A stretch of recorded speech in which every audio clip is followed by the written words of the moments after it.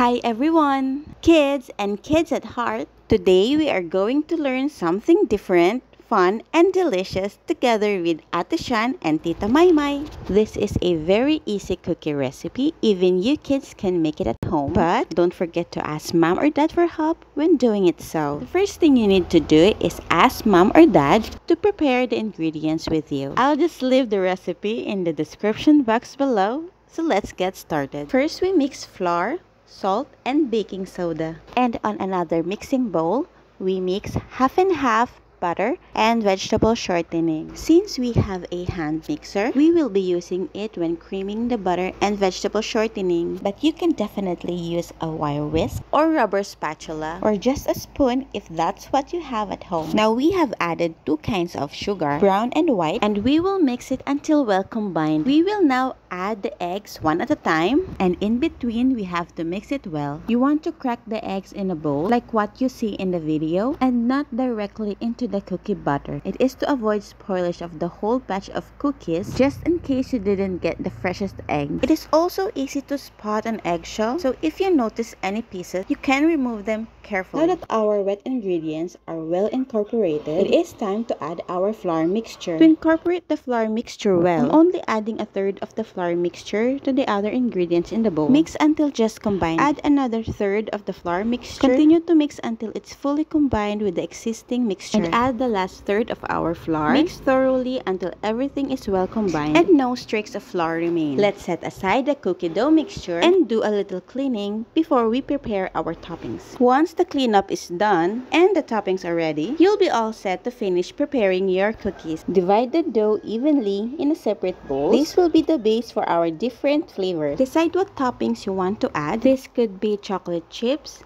nuts, dried fruit, or anything else you like. Measure out your toppings and have them ready to go. Now, using a spatula or wooden spoon or just a spoon, gently fold the toppings into the dough. Be careful not to overmix. You want the toppings to be well distributed without breaking up too much. We chilled the dough for 30 minutes. This step helps the dough firm up and ensuring cookies bake evenly.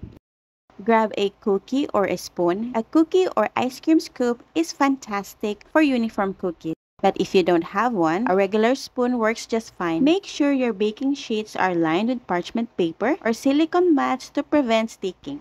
Once we're done scooping the dough, it's time for the best part, baking it. Place your baking sheet in preheated oven at 180 degrees Celsius for 8 to 11 minutes. This is the perfect temperature for getting those cookie crispy on the edges. Once the cookies are done, let them cool in the baking sheets for a few minutes. This helps them to set and makes them easier to transfer. And there you have it, fresh, homemade cookies ready to enjoy. Share your baking result or any cookie tips you have in the comments below. Happy baking everyone, and I'll catch you in the next video. Thank you for watching.